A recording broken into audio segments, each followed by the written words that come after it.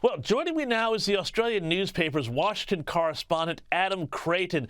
Adam, big news out of Georgia this week. The judge in Donald Trump's election interference trial has dismissed 3 of the criminal counts against the former U.S. president. Tell us what these charges were about, and is there a chance more charges in this case are going to fall by the wayside? Well, just on the first question, I think it was a surprise that some of these somewhat obscure and vague charges were dropped. This, of course, is the racketeering case, the case largely against Donald Trump, and of course, I think some 18 so-called co-conspirators who allegedly tried to get the Georgia government to overturn the vote in 2020 in that state. Many legal analysts, of course, have different views, but I think the objectively fair view that this is a rather trumped-up case, if you like, and it's basically trying to get Trump. It was a shock that some of the charges were dropped. I'm starting to think that maybe the judge, Scott McAfee, who made this decision, I think he may have done this perhaps to butter up the Trump side of the equation, because of course in coming days, as we know, he's got to make the much more important decision on whether to dump Fani Willis, who is the district prosecutor for that case. And it may well be that if he does dump her, which I think is unlikely, but if he does, the whole case may fall apart. So, I mean, all of the charges would be dropped then, because it may well be that no other district attorney in the state of Georgia wants to take up what is, of course, an extremely controversial case.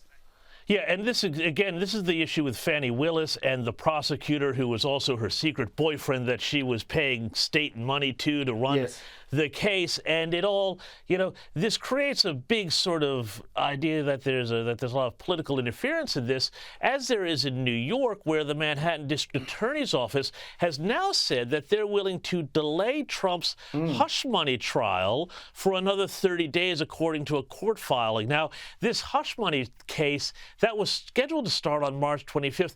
Pushing this back, does this have implications for the November election?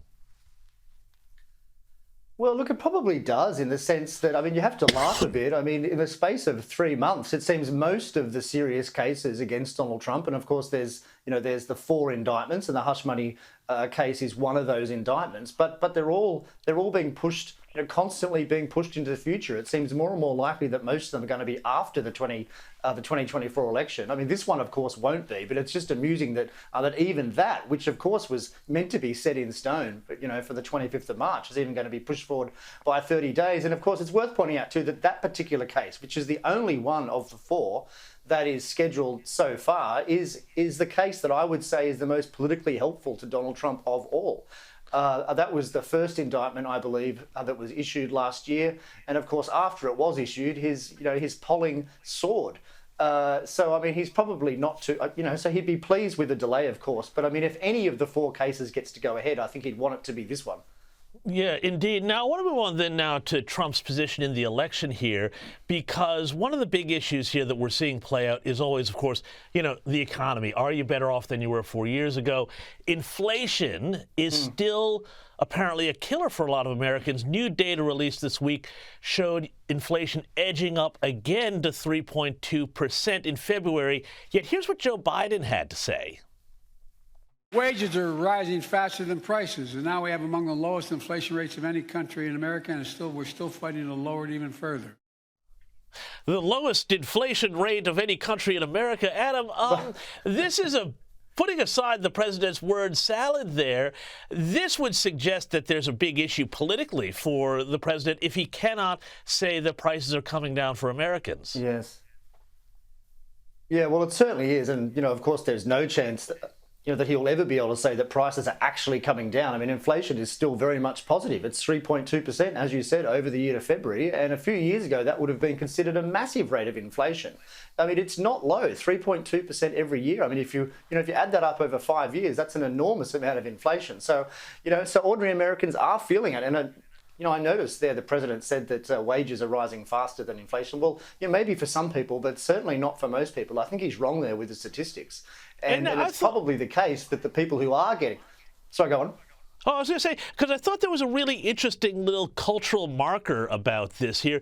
The New York Times, which of course is read by, a higher income elite group of people in America, they published this week a collection of 100 cheap dinners for inflation-heavy times. That's how they build it. So clearly this would be something that's affecting people, at all ends of the economic spectrum now in America.